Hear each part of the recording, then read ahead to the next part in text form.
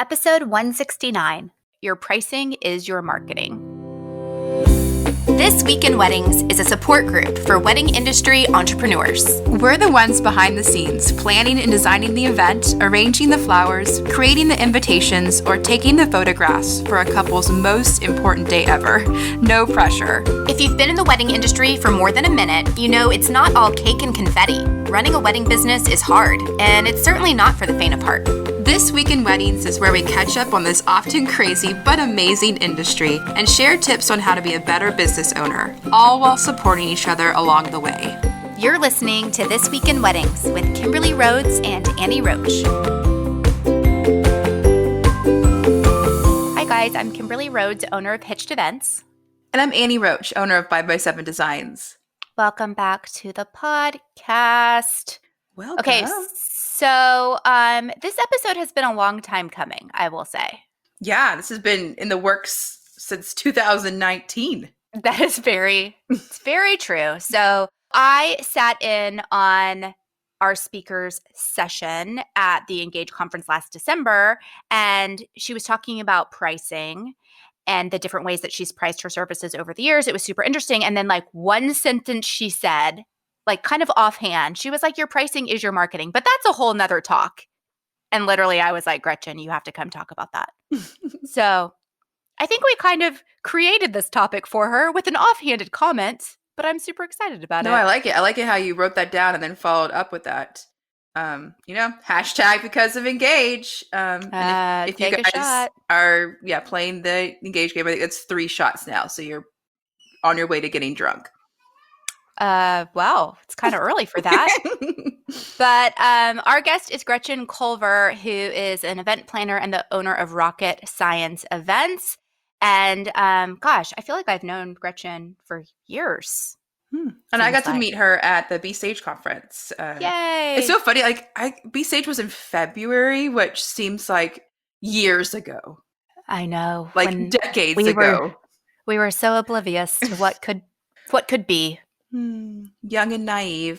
And how our world would when we had conferences and big events. When you could actually sit next to people. I might have even hugged Gretchen. Yeah. You could go to a bar and stand and have a nice drink with somebody at a bar. Those were the days. Memories. I feel like we should be singing the cat song. Memories. Blah, blah, blah, blah, blah, blah, blah. It's lovely. Although she didn't realize it at the time, Gretchen's desire to run her own business started at a young age with her summer lemonade stands. After college, a lemonade stand didn't seem to be the best way to pay back her student loans, so she entered the world of events working for a catering company. She quickly fell in love with weddings and has been creating them ever since. Over the past 14 years, Gretchen has worked in almost every area of the industry. She launched her own event planning company, Rocket Science Events, in 2010, hoping to revolutionize weddings. In the same revolutionary spirit, she launched Mini Weddings in 2020. She has been named one of the 30 under 40 to watch by Special Events magazine and one of Bride's and Martha Stewart's top planners. Her work has won international awards, has been featured in magazines, online, and on TV. She's the immediate past president of the Minneapolis-St. Paul ILEA chapter and a founding member of the Small Wedding Society. When she isn't working, she enjoys spending time drinking wine, eating good food, building Lego with her kids, and Netflix and chilling with her husband. Let's welcome to the show, Gretchen Culver. Welcome to the show, Gretchen. We're so excited to have you. Thanks. Yay. I'm so excited to be here. Long-time listener, first-time caller. We love that. And I was saying before you got on, this has been a long time coming because I stalked you back in December, and here you are. Yes, I know. And I was just a little too nervous to come on. So it took me a while. It took me a pandemic. It was just a pandemic. Pandemic to work up my courage. To get your calendar open for us. Yep. And you're worth the wait, Gretchen. Oh, thanks. I'm really excited to be here. Well, we're excited to have you. Okay, I have to say that you were amazing when I heard you speak at Take a Shot, Engage. And the one sentence that I wrote down, I wrote down a lot of things. Don't get me wrong. I wrote down a lot of things. She only wrote down one sentence. But very casually, it was off the cuff. You were like, well, your pricing is your marketing, but that's a whole nother story. It was that offhand. And I was like, oh, that's a podcast episode. We must talk about this in more detail. But before we get to that, tell us your life story. Tell us how you got into the wedding industry. We ask everybody to tell us that story. Sure. It's a fantastic journey. I was an art history major in college, so I graduated with a degree that made me basically unemployable. So, you know what, though? What's really funny is there's quite a few art history majors in our industry. See, I am one credit away from being a Japanese art minor. So that's even worse. Very I have a Japanese more niche. I have the Japanese minor, the language. So art history major, Japanese minor. Wait, you speak Japanese? Yes, not well, not anymore. Get out of town. That's amazing. So it's so crazy. Anyway, so art history major, so completely unemployable. And I was job hunting at the same time as my best friend, who her name is Laura, and she actually works for Rocket Science. She's responsible. Oh, that Laura. Yes, she's basically responsible. Yes, you have met Laura. Her. I've met Laura, and I've started tagging Laura on your email, so you couldn't ignore me anymore. That's correct. That was very smart of you. So she and I were looking for jobs, and she found this one in the newspaper because back in the day, you actually had to look in a newspaper for a job. And she said it was an entry-level wedding planning position with a catering company. And she said, well, you love to plan parties. I had helped her plan a birthday party. I had done something for my stepdad's birthday. I mean, just little tiny things, but, with invitations that I made and that sort of thing. And I had actually helped Laura plan her own wedding. I do consider it my very first wedding that I planned back in 2002. So she said, you should just try and apply for this job. And I said, okay, I'll do it. And so I applied and I brought in, this is hilarious, but I printed off pictures and I made like a portfolio. I didn't even know the term portfolio, but I literally printed pictures and put them on scrapbooking paper and said, these are the parties that I've done. I mean, that's so smart though. Yeah. I mean, little photo corners. Look at you. Yep. It was, I mean, I wish I still had them. Just to that would be amazing if you just did. To frame, and just really be like, look how far you've come. But they must have worked because I got the job and I started working at this catering company. When I got the job, it was during the NHL All-Star game, and the company that I worked for ran the Xcel Energy Center. And so I actually started, and then I planned 28 events in 26 days.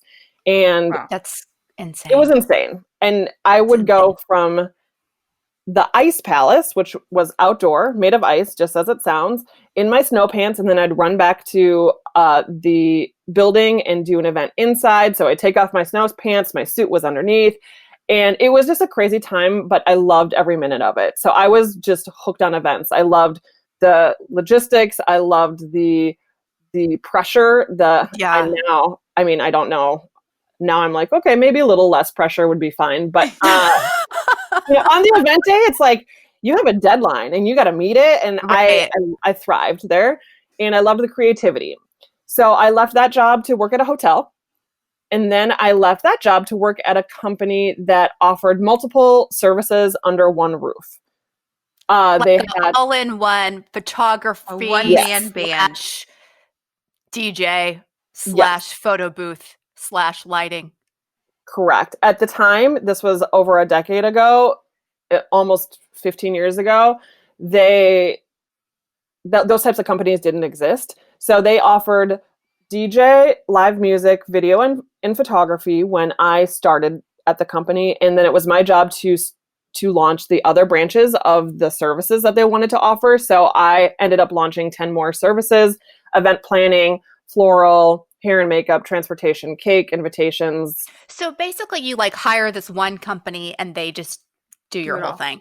Yes, right, exactly. So the company still is around today, and now it's a national company. So I really got a lot of experience there. The business development was huge, and I was able to kind of dabble in every facet of the industry, the events industry, which was a great learning experience for me.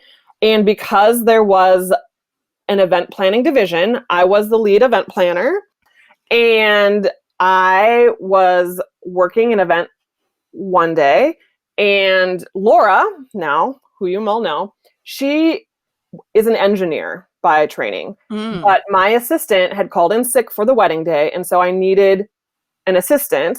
And so I said, listen, I just need a body. And this was a private home, tented wedding, fireworks show, boat send-off. I mean, just, it was insane.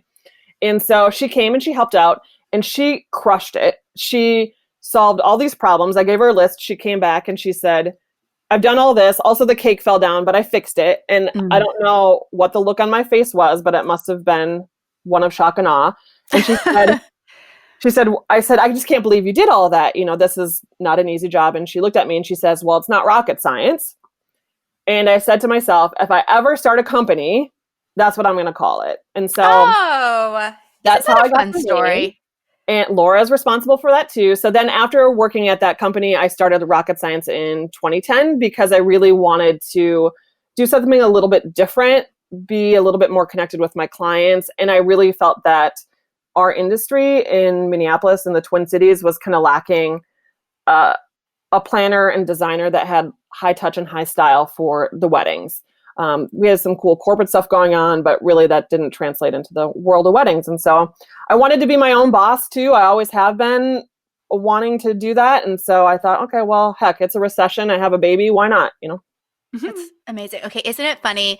Like going back to Laura, I feel like when someone assists you as a planner, if someone assists you, they either get it or they don't. And I feel like there's like, yes, I can teach some things, but there's a lot that's like you either are that person who can solve a problem and prevent a problem and stay calm and cool and collected, or you're going to like lose your shit. There's like no in between. There's no in between. And Laura now also is part of the hiring process because I am like, how do we just recreate you? And yeah, it was really remarkable. And I've had other very smart people help me. And you're just like, wow, how do you not get this? But yeah it's you got it or you don't. You're 100% right. It's like just a unique. It's hard to explain. It is either for sure. A planner or you're a guest. That's it. There you go. Well, today we were talking about marketing is your pricing. No, pricing is your marketing. That's reversed. Your pricing is your marketing. What do you even think that means? You said it. I don't even know if you knew it when you said it, but what do you think that means? You know, of course, that's the one thing that you write down from my... I wrote down other things. You accountable for your words. I know.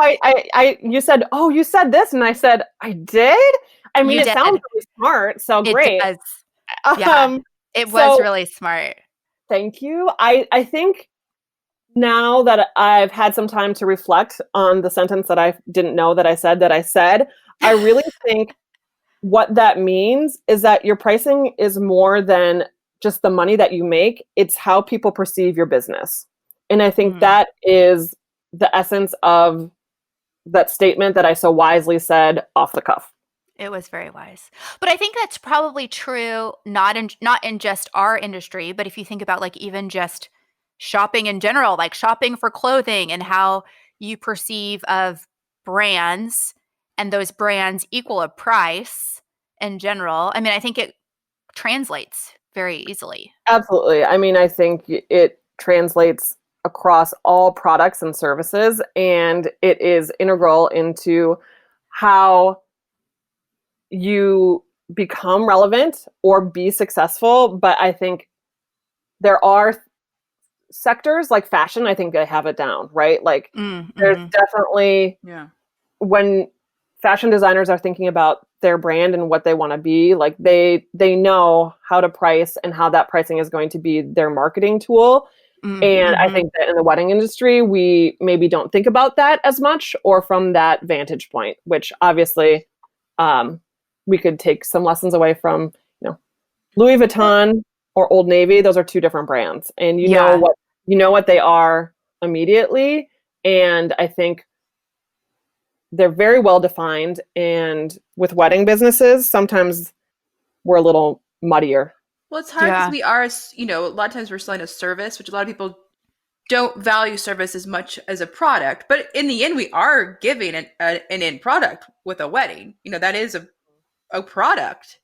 And anybody can get married for, I don't know, $150 of a marriage license and a witness, and going down to the courthouse and doing that. But people want that experience, and I don't know if it's hard to kind of differentiate between experience in a product and how to show the value at that. I think that's where we as an industry kind of get that all muddied up.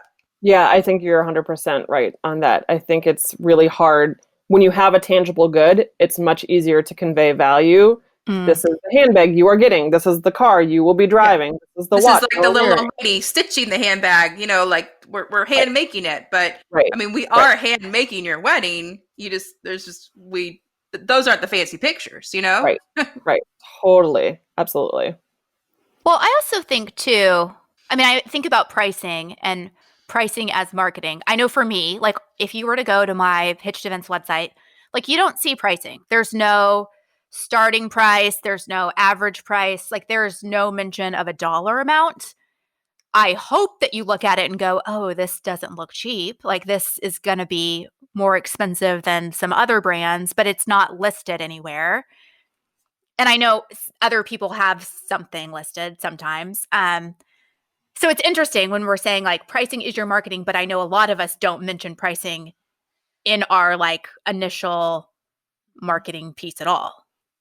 I don't mention pricing for rocket science either, but I think by not mentioning a price, you are putting a price tag on it. The people who are looking for that higher end luxury service, they're never going into the buying process thinking price first. That's not it's true. That's not true for lower budget anything, right? Like if I'm looking for an air conditioner, like I'm probably shopping somewhat based on price. Like I don't want the best air conditioner. I want a really good value. So I think when couples are coming to you or they're coming to me, they already intrinsically know that because of our portfolio and our brand and our reputation, that they're going to be getting a certain level of experience and expertise, and that probably has a higher price tag. And so that works very well for vendors who are serving that luxury market, but it's not a great strategy if you were minted per se, and you're trying to do a value-based volume business. If you didn't put your pricing on there, like people wouldn't buy anything, they wouldn't take the time. There's a low entry point to the product that they offer, and it's easy and it's a good value, and that's the business model that works for them. So I think that not having a price is ironically having a price. It's like the market price. You're not, if you're on a supreme budget and you go out to dinner, you're not going to order the market price lobster. If you have to ask the pricing, it's probably going to be too expensive. But I think that's like a really good example for sure. I think also like I don't have price. I think I say like our invitations start at like $15 an invitation on my website. But I also use like words like luxury, custom, things like that, like kind of like those kind of buzzwords. And maybe I don't say I have all the answers, but I try to convey that we're a higher price point with my words a bit. I don't know if that's right or wrong. Yep. We have a side note. We have a restaurant here that does market price guacamole. And I'm just like, for real? Like the changing price of avocados. Those avocados. Mm-hmm. They're hard to catch one day, That is so interesting. That better be some good guacamole. It is. What is it? There's a place in Dallas that does puts bacon in their guacamole. Really interesting. Yeah, so but definitely pay market price for that. I think like with their market price guacamole though, although it's a funny anecdote, it also does speak a little bit about the restaurant itself. Like what makes it market price? Like like just one day like they're doing a dance making the guacamole at your table, like. But you kind of think like, oh, how good is this guacamole going to be if it's market price, like, right? Ryan Gosling come home with me making the covered in guacamole. Like, I mean, maybe like value? It's the freshest guacamole. Like, what if they have an avocado farm? I mean, it does kind of make you start to think it's a marketing strategy, right? They put market price on there, not because the price of avocados fluctuates that much, but it's a little bit fancier, I think. Ooh, I kind of now want to go to this place and get Well, when you come to price Minneapolis, guacamole. when we're allowed to travel again, you can come and I will take you to the market price guacamole place. And their stuff is very good. Amazing. Yeah, I do think that's interesting too. Like Minted is a good example that it's like they are doing volume and want to do volume, and the price is very clear. And I feel like there are some wedding businesses where volume is important. Like if you're a independent DJ, say, who wants to do 40 something events a year, then maybe being open about your pricing is ideal because you're going to get more people in the funnel who are a good fit, and people who are not a good fit are going to be out of the funnel. You don't have to have that one-on-one, like, am I making a connection with them if you're trying to just be booked all the time?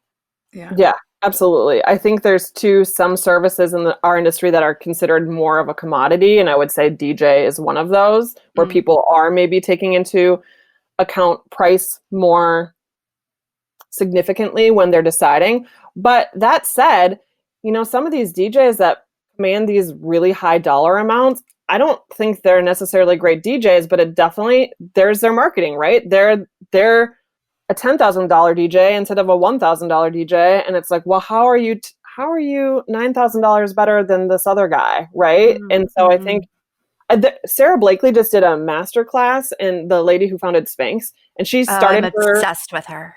Me too. And she started her career selling fax machines, and she was talking about how her fax machine was lower priced than like the competitor, than the Canon fax machine, and she wasn't doing a great job selling them. And then when they were equal price, mediocre success. And I'm really butchering this story, and maybe you guys should, fact check me later. But but when her fax machine was more expensive, then people were thinking, oh, this is legit. What makes your fax machine so much better? So that's really, I think, a great example of this marketing strategy, like using your price as your marketing strategy. Because if you are thinking about your product and you're thinking about what what your client is comparing it to, like that's really important as well. That like, okay, you're not just, I don't know, I get off on tangents, but for example, my rocket science pricing is, to me, expensive, but I'm not my ideal client. For my ideal client, my pricing is what they expect to pay. And so I think that's like, sometimes we get in our own heads when it comes to pricing, like, oh my gosh, like I would never pay that much for a wedding planner, or you want to charge me $50 for my invitation suite. To me, as a consumer, that seems crazy. But when you're talking about those higher end budgets and those higher end clients, like they're used to private jets. So it's just a different mindset. Right. And so I think that is definitely something to consider when doing pricing, when you're trying to think about pricing as a wedding vendor in this industry. Yeah, I always say, like, I am not my ideal client at all, like in any way, shape, or form. And I've had to, over the years, just kind of realize that how my clients look at $1,000 is the way I look at $1. Like, I will throw away $1 in a minute. Like, I'll go to Starbucks and spend $6 and not think about it. Like, that's how they think about $1,000. It's just a totally different perspective, because they're in a totally different wealth bracket from what I am in my life. Yeah. Totally. My second husband, it will have like a private jet and a yacht. I've decided. Yeah. I'm excited for you, Annie. You guys are invited. I take it David does not listen to the podcast. I always talk about my second husband, him, and he's always like, oh, yeah, you try to find him. Oh, that's amazing. Well, Gretchen, I do have a question for you that I think just hearing you speak before, I think you'll have thoughts about. But like if someone's wanting to increase their pricing, I mean, I feel like there's a thought that you can't just like increase it just because you want to increase it, that you also have to be making changes to your business in order to create more value. And I think that's probably part of like the marketing too, like creating a different perception for your company if you're pricing differently. Yeah, I think that's one of the biggest.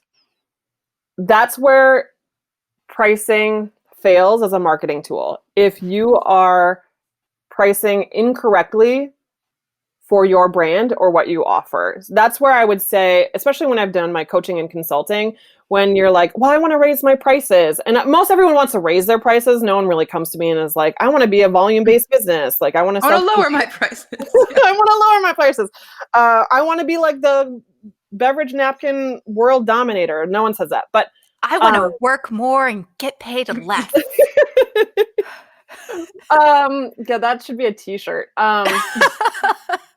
But I definitely see that's where the disconnect is. I raise my prices, but what they haven't done is they haven't elevated their brand or their relationships. And I think about this with photography specifically. If you're using portfolio work and galleries that are old, albums that are old, or you're doing outdated pricing models, there's definitely, not only is there the actual dollar amount of the price, but it's how you price your service is also indicative of the level of vendor that you are. And I think so many photographers are like, well, I want to raise my prices, but then you go to their website and it's terrible. Their galleries look dated. There's typos when there is copy, and they're not doing anything to level up or connect with the next tier of client, nor the next tier of vendor. If you're a photographer, you need to make your work appealing to potential clients, but also to planners or videographers or venues that are in that next level of service offering, I guess, or, of budget that you're looking to attract. And so really, I would say, like, there also, conversely, pricing can work for you the opposite way. If you have a really high-end looking brand, but you are not charging very much, then people think something is wrong. Like, it's too good to be true. I will tell you, I've done this more than once with a photographer, and where it's like, I have raised the price of my photographer to match other photographers. So let's say we're looking at 3 to 4 photographers, and my client likes 2 of them, and they're different pricing. One is maybe $1,500 and one is maybe $3,500, which is actually something that you can get in my market. And I have $1,500? No, 15,000. So, like, let's say one is 15,000. I thought you said 1,500, and I was like, what?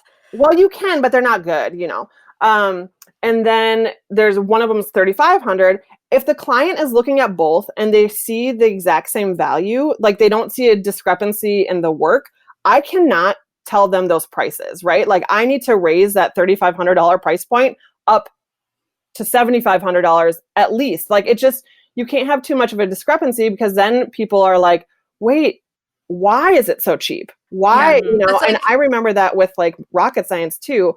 I had a client tell me that they would have paid double for my services. And I was like, oh, like that's like a punch in the gut. Yeah. It is like a punch in the gut. Well, you can give me a nice tip. Yeah, exactly. So it's like even like, I mean, again, I've been married for a million years, so it's like I can't relate. But like, we had a house renovation last year, and like, you're getting in bids, and it's like crazy to see the difference. Like, as a service thing, like, I got like 3 bids, and like the lowest was so much lower than the other 2. It made me think in my mind, like I don't, like, I'm scared to go with that person quality, because I feel like they're just going to take my money and run. It's like, totally. Yes. Or like, what are they putting in? Are they putting in like, or like, asbestos or whatever? Like, what are you, like, what's going in my kitchen? Yes. Black mold, like, Yes. That's a great example. Absolutely. If it's priced too low, you're just a little skeptical, because they must be doing something not quite right, So that's where I can see disconnects on both ends of the spectrum with pricing and marketing. Yeah.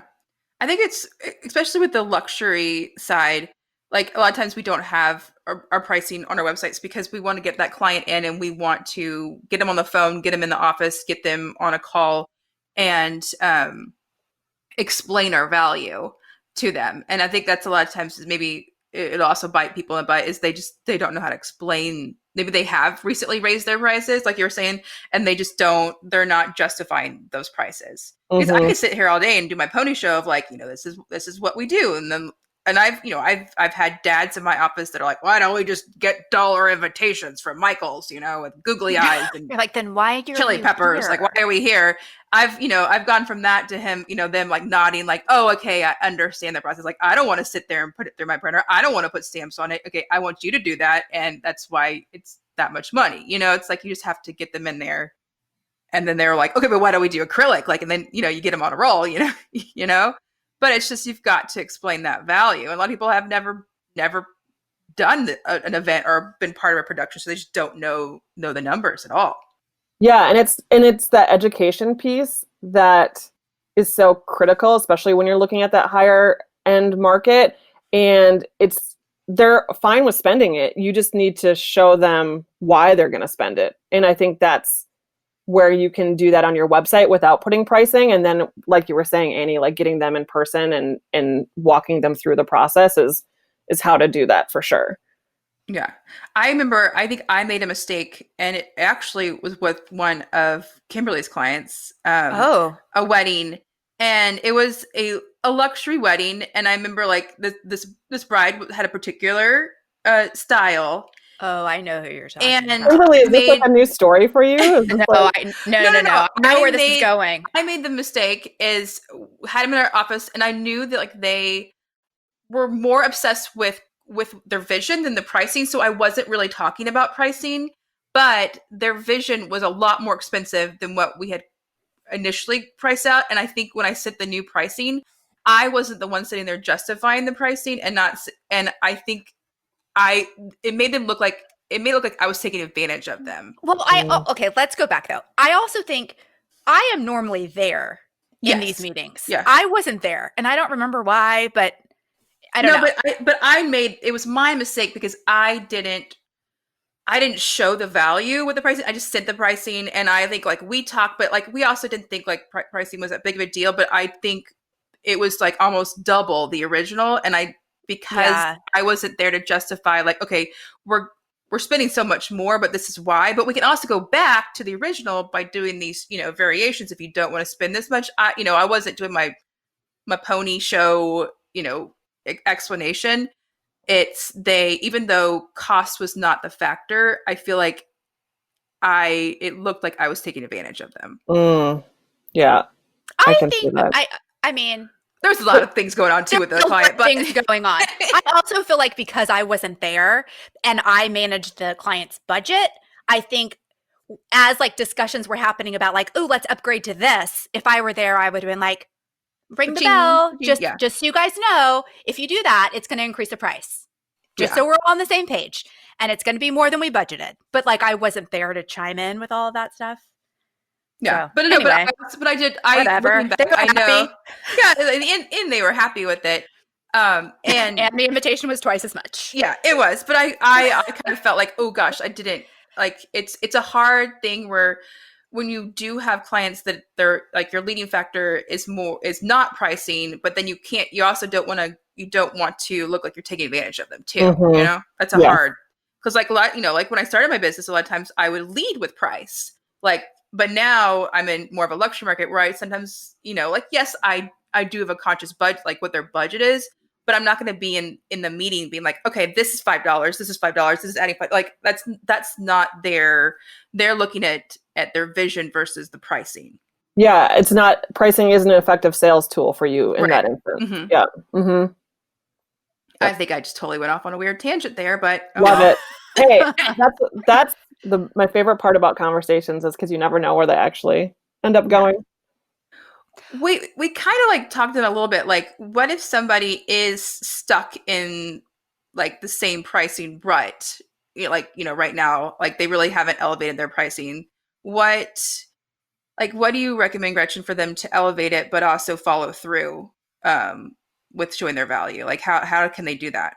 I think that I was thinking about like what advice would I give people who are wanting to maybe raise their prices or re-examine the pricing. And I think that this actually piggybacks on an episode that you just had recently with Katie when she was talking about that three-legged stool and like looking at who your competition is and making sure that you are aligned. If you want to do Lynn Easton caliber weddings and charge Lynn Easton pricing, then your website has to also look like, from an outsider's perspective, that it's of the same caliber, right? Like, and you need to know who your competition is or who you want your competition to be. And that really just requires some research. So you really need to kind of do your homework before you start thinking about raising your pricing.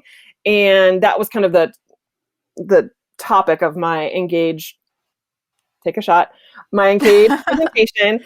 And, but yeah, that homework part is really, I think that's really key. And I also think that there's a couple things that wedding pros do that they could do better, that they aren't doing great at. And one of them is just knowing where you want to be. I think there's this perpetual need or desire to, oh, I'm going to be a luxury planner or photographer, or I only want to do high-end this or that. Like, there's nothing wrong with being a volume-based business. There's nothing wrong with being a value to lovely brides, or, there's, find where you want to be and is most profitable for you, and also gives you the lifestyle that you want. Just because they're spending more money doesn't mean you're going to make more money. And so I think really you need to do your homework internally for what kind of client you want to serve and why you want to serve them, because otherwise you'll never be able to communicate your value to them. And then, which is kind of what Katie was saying. And then also then figure out who are your ideal clients comparing you to, and what other things do they compare your price to, right? So if you are a planner, like, what else, and you're planning a wedding for them, like, what else are they comparing your pricing to, right? Like, they're probably not thinking about it in terms of like student loan debt or a car purchase or a home down payment, right? They're thinking about your price and like a trip. Like, that's a trip, So I think that is something, just another thing to kind of get in that mindset. And I would also say that you should have a plan in place that you can stick to. So once you've decided to raise your prices or implement a new marketing strategy, which means, your pricing, that you need to say, okay, I'm going to stick with this for X amount of time.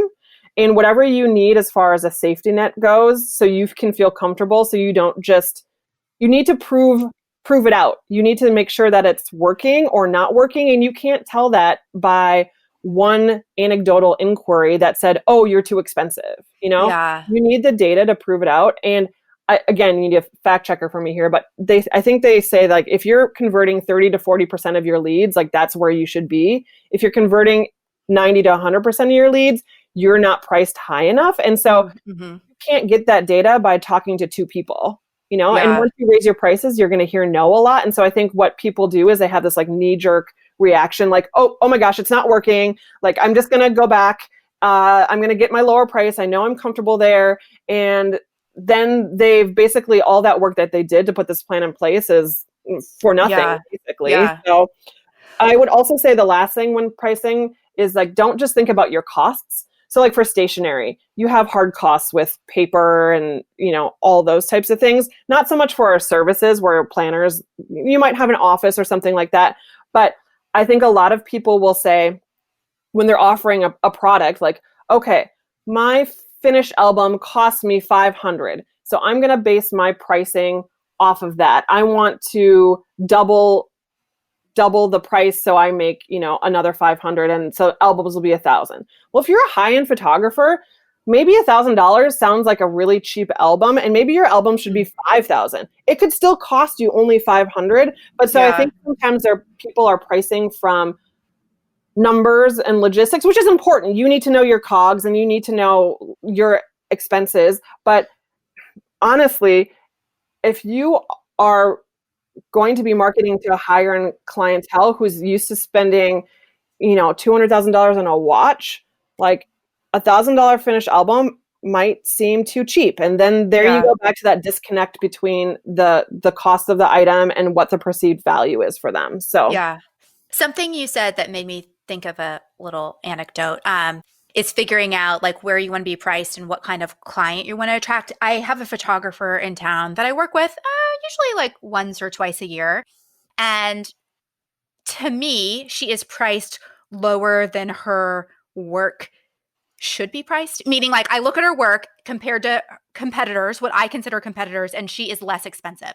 And I've said to her before, like, you could totally raise your prices. Like your product is such that you could raise your prices.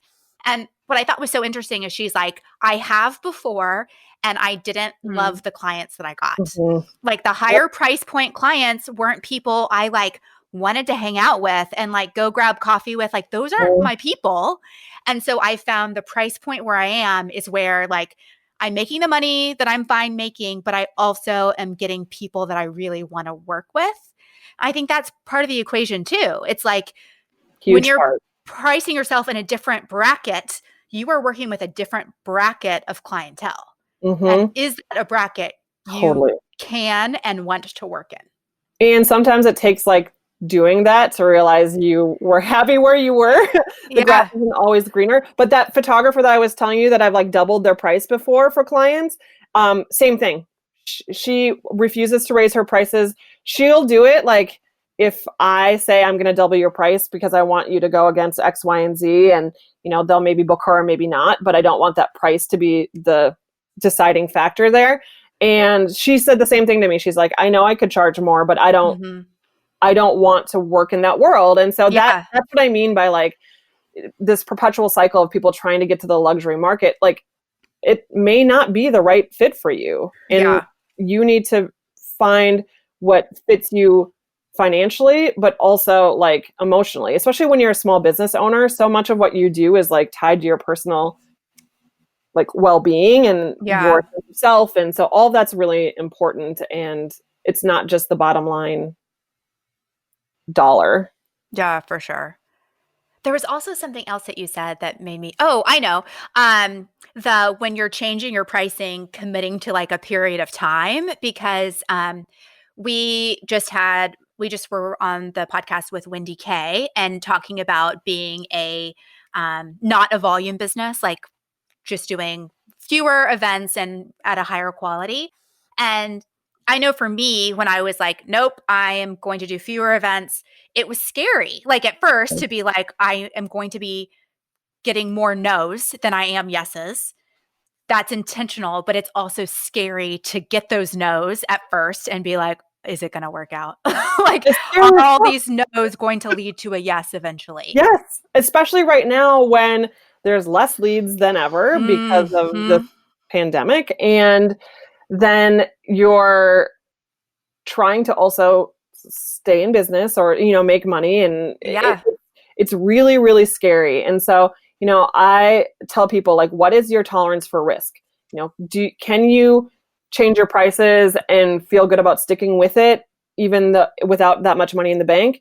Or are you somebody who wants a cushion of like $100,000 so you can try it out and really feel confident that, if it's not working, you're not going to be falling back into your old ways? And Wendy's like really smart with that too. Like she has, I listened to that episode and it was really good. I love Wendy. But yeah, it's challenging, and it's nice to have a support group of people to help you stick to your goals too, where I can be like, okay, Kimberly, like I raised my prices, like I need to like call you and when I'm like feeling hesitant and I need you to like boost me up and tell me, no, stick with it. You know what I mean? You have to have kind of that tribe a little bit to help support you. Yeah.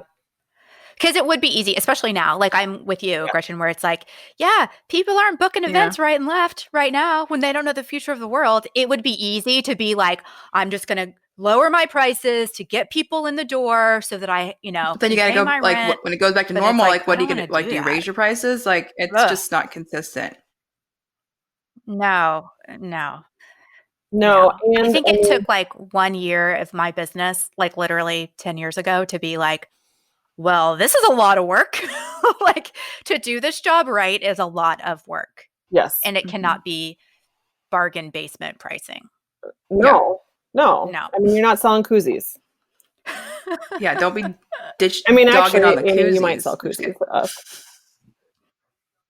Listen, I love a good koozie. I do a lot of private home events, and almost always we have a nice custom koozie for our beer. That's because we're in Everyone the needs a Midwest. koozie. Lots of Gretchen, beer. is there anything else about your pricing as your marketing that we need to get to before we wrap it up? I mean, this has been great. I do agree with everything you're saying, to be honest. Support everything you're saying over there. I think that it's just really important for, especially now when people have time on their hands, is to do a deep dive into their business and really look at it honestly and say, if it's a hard topic, but maybe like this is a good time for a pivot, either in the direction of growing and changing your business or also giving it up, which I mean, I've had these conversations with, this is kind of heavy, so let's maybe not end on this, ladies, but just talking about like, is it worthwhile for me to keep doing what I'm doing in this industry with the way that it is right now and what I'm charging? And it's and do I want to invest the time and energy to keep going? And so I think I've even been doing this with my own business. So like, rocket science, all of my clients have now moved to 2021. Yeah. And that is a hard thing to 6 months deal with financially. no potential income.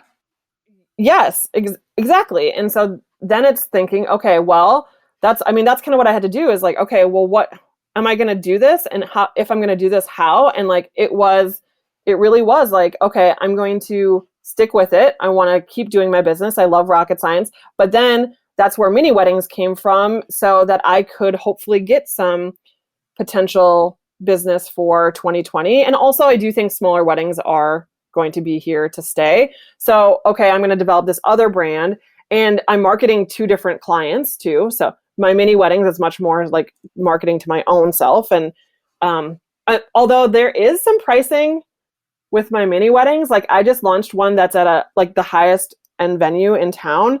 And that one I did price higher just because the venue is more expensive than some of my other venues. And so that's where I really wanted people to be like, oh, why is this venue the same price as this other venue?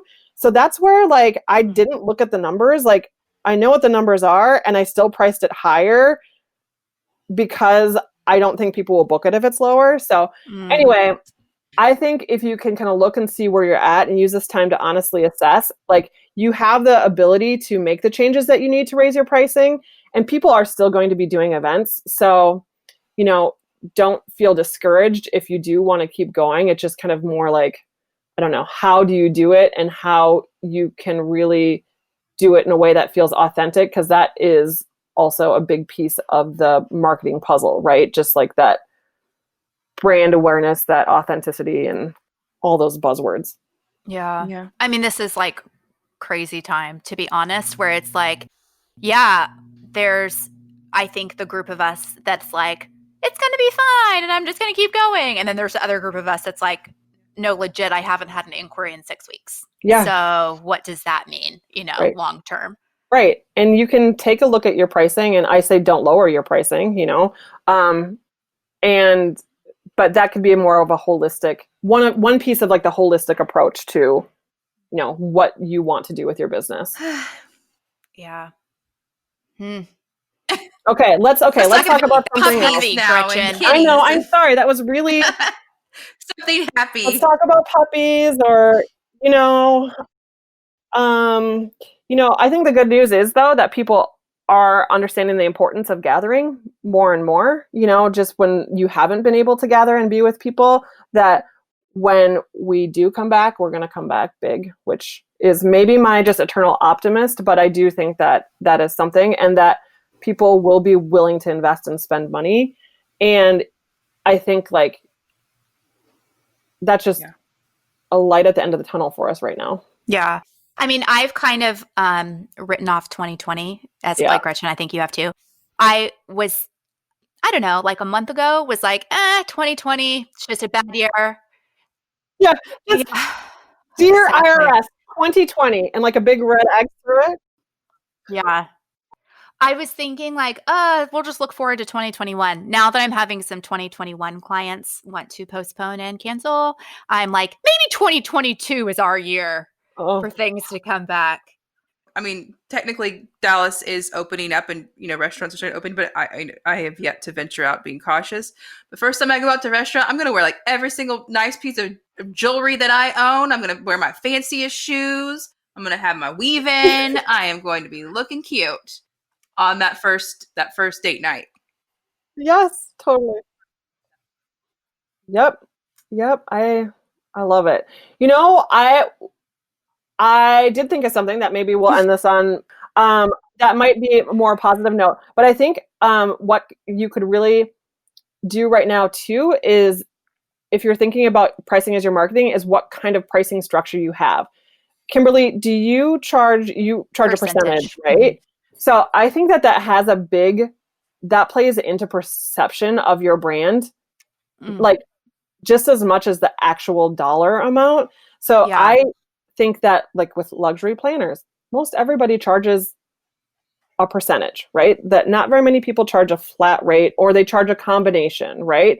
And the more sophisticated the pricing model, I think that also appeals to higher end clients. Valerie with Sapphire, she's got her very sophisticated pricing model. And I think that really speaks to the level of clientele she's serving. And I think with photography too, you see some of these higher end photographers, they don't have like ABC package. They have like one price, or they have a creative fee. And so I really think that making the same amount of money, but maybe packaging it differently, that's pricing as marketing too. So I could charge a flat rate $15,000, let's say, for planning, but that says something different than a planner who charges a 20% of your total event with a minimum of 15, right? So it's just a different way of positioning your pricing. And I would really encourage, especially people who haven't maybe thought about that in a while. Maybe they think, yeah, I'm making the amount of money I want to make, but like, could you make more? And also, how does your pricing resonate with your client, the way that you price your services? And, I'm not quite sure how, for florists, I know sometimes florists are doing a creative fee or a design fee too, now in addition. So I think they're just different pricing models can be appealing to different people. And, straightforward pricing or like pricing with discounts, again, going back to Minted, like that works great for them because they're a volume-based business and that appeals to the person who's using that service. So that's just one of those things that I was kind of thinking about and preparing for this podcast too, is what your pricing literally looks like and how you do it. Yeah, the structure of the pricing, not just the numbers. Yep. Yeah, exactly. I agree with that 100% for sure. Yep. So that's it. That's all the wisdom I have for today. Gretchen, that is a lot of wisdom, girl. We're glad to have you here. Thanks to Laura for getting you to come on the podcast. Yep. We appreciate you a lot. This has been great. Thanks for having me. And don't forget, if you've gotten value out of the podcast, including this week's episode, we would love for you to contribute to our Patreon page.